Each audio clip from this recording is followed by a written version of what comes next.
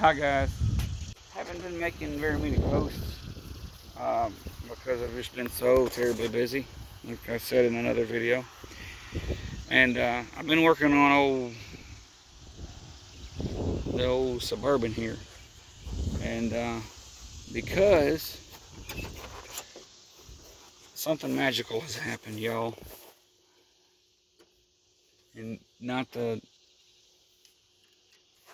wipers being up for whatever reason. I don't understand that. But I guess somebody turned it off right as they were at the top. I'm trying to find the key. Alright. And put that back down. Yeah. You hear back there? That's the rear AC fan blowing. Well, why would you do that if you have a truck that has no AC, you would say?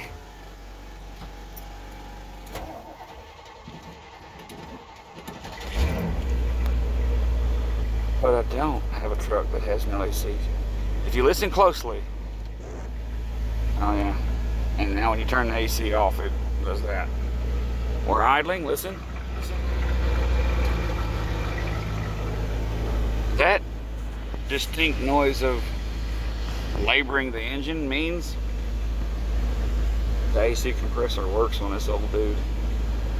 And it's not leaking down.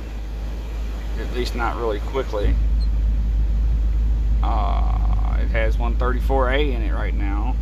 See, you know, the system's not designed for 134A, so 134A has a higher operating pressure than R12, so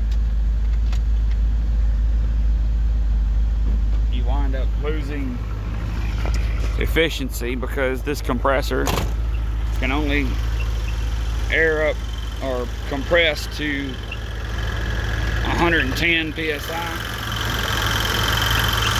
She's a loud little bugger. But yeah, the AC works on this truck. I could not believe it. That thing right there is sweating. It's getting cold. I mean, it's trying to work it. So I vacuumed it down and changed the little nipples over, but that's the original compressor and all the original lines. And it's had AC for about 2 weeks now. And no, you can't just sit in here and get frozen because it's not R12. But I did find a guy who has R12, and I'm like, can a fella just go get that? It's $300 for 12 cans, but it's cheaper than buying a new compressor, orifice tube, and dryer and all, just to make the 134A work in this truck better. And here's the thing, R134A, I'm gonna turn it off just because I can, and I don't really want to sit here with burning fuel for no good reason. Yeah, every time you turn it off, I guess I got a bad ground or something doing that. But so if you R134A is operating temperature, or our operating pressures on the high side are like 210 to 250, 250 being the danger zone. And I just don't know that the AC condenser and evaporator and all that can handle the higher pressures of everything. Because I mean, you're jumping almost 100 psi, or a little over 100 psi on a system when you can do it at a lower pressure. So I'm thinking I might try to go get me some R12 from somebody and put the antique refrigerant in there that runs low pressures and all that stuff. It likes running at low pressures. Like I said, 134A does not like running at low pressure, and it's not going to do a good job. Let's do this so you can At least there's a better background. So that's what I'm going to do, I think. I mean, listen, guys, we're getting 16 miles to the gallon out of this thing. And everybody I'm talking to, they're driving their crew cab Chevy that's 2014, 2018, and that's what they're getting in that thing. I don't know if fuel injection is going to be the way to go for the fuel mileage on this one or not. It's doing great. With a 40-gallon fuel tank, you can't seem to get it from empty to full without 2 transactions. You know, taking out a small loan right now. But I mean, shoot, you fill the sucker up and put it on the interstate, we're 16, 17 miles to the gallon. And that's without an AFR gauge. I thought about putting an AFR gauge on this thing so I can properly tune the carburetor down to something that's going to tell me.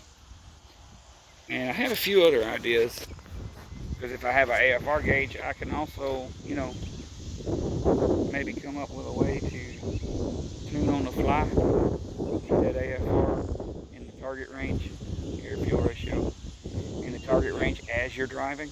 So let's say you might need a little more air or a little less air, kind of thing. I don't know. I mean, Thunder, what's his name? I think his name is Thunderhead 289. Put a lawnmower carburetor on a 3D printed adapter to go to his carbureted intake, and he took that thing on power tour with a lawnmower carb on it, and it was making, it was getting 41 miles to the gallon, I think. So I don't know. Some of the stuff he did inspired me to have ideas for things like this, so it's a possibility maybe we could get a little more fuel economy out of the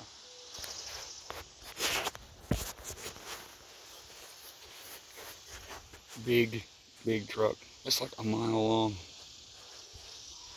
but it just looks cool. I love these things. So yeah, I haven't been posting. I'm sorry. I've just been busy. Got to refinance that place and all kinds of things going on. So keep me in your prayers on all the things I'm updating you on, especially with something like, you know, that is. And shoot, there'll be some more content on the truck, on the Suburban, and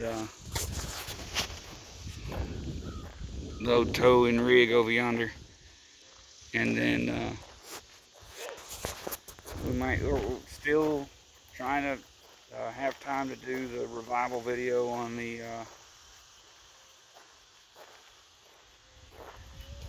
75 back here at the Peepaw. I don't know if you don't see him yet.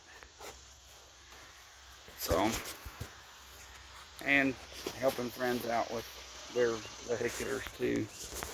And working on mowers and helping friends out with their vehicle. And obviously that's going to be their work truck. But anyhow, y'all stay blessed. Remember, gifts from God are every day.